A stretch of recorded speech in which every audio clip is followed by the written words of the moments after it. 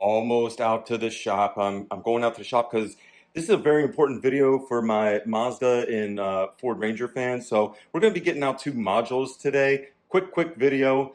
First module is going to be the GEM, or it's called the BCM. So GEM stands for General Electric Module, or BCM stands for Body Control Module. And you know how there's a engine DCM or ECU, that's the main computer for the engine. Well, this is the main computer to run all the electrics inside the cab. So where you sit, it's going to do your power windows, power locks, it could do some lighting, but we're going to pull it out for this truck. And then the second one we're going to do is in the same place, so I'm just going to grab it, and that's the ABS, and that's your main brake computer if you have ABS in your truck. So if you want to find the one for ABS, go halfway through this video and grab that. If you want to learn how to do them both or next to each other, let's go out and get some work done. Today we're grabbing a sensor out from behind the radio panel.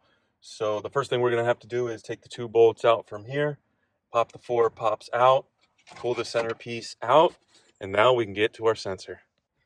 All right, so now that we've removed the radio face, we're going to get the GEM module out here. So there's a plug here, and a plug down here. But I would take off the bolts first. So there's this like mystery bolt connected to this. I didn't know where it went to, but it goes to the bridge that holds this whole piece. You see the whole thing kind of moves. And then there's a bolt down here that I started to take out as well. I'm going to take those off and see if the unit comes out, and then disconnect the wiring harness from the top and the bottom, pull the piece out, show you what it looks like, and then show you where what it kind of looks like in here, because that might help somebody.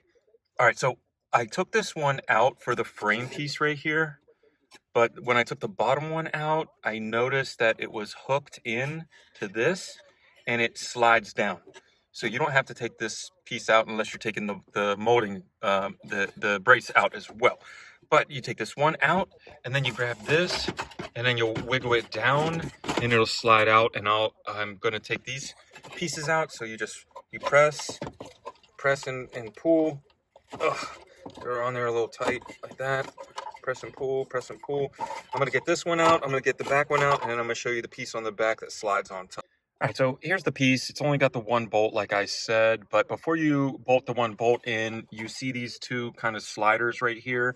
You have to make sure that you have all the wiring on, at least the bottom piece, and then slide this in correctly, and then bolt it in. If you bolt it in and it's out, your radio might not fit in correctly, or some other components that are going back in here might not fit correctly, but that's the piece. All right, so now that we have our radio face cover removed, radio removed, and we can kind of get in here, we're going to be getting this sensor out on this side. So what we're going to do is we're going to take the wiring off here, and then we're going to unbolt this sensor and then pull it out, and I'm going to show you how it's bolted in and what it does. So this one is kind of sneaky bolted on the other side. So after you take this radio out, you also have to kind of either pop the glove compartment, the two pieces on the inside, and then let it fall all the way down. You don't have to completely remove it like we did, just kind of let it fall, because you have to get to this little bolt right here, which I think is a 7. And I'm going to take that little bolt out. Then that'll release the box on this side, and then we can take the wiring harness out. All right, so this is the module, and you see the bolt is facing the other way because it was through the glove box down here. One bolt, but then it has a slider on it as well. You have to kind of slide it up in this piece right here, and then disconnect the one connection. And it was just a push plug again. I love the push plugs. I hate those ones that you have to spread them, because in an old car like this, it's a 98, so it's what, like 20 something years old. You know, a lot of these plastic breaks, but it's just this one piece, and that's it. And if you like this kind of video, please give us a like, subscribe, check out our Ranger 2 different playlists, one for engine components and one for the rest of the truck. Thank you, and have a great day.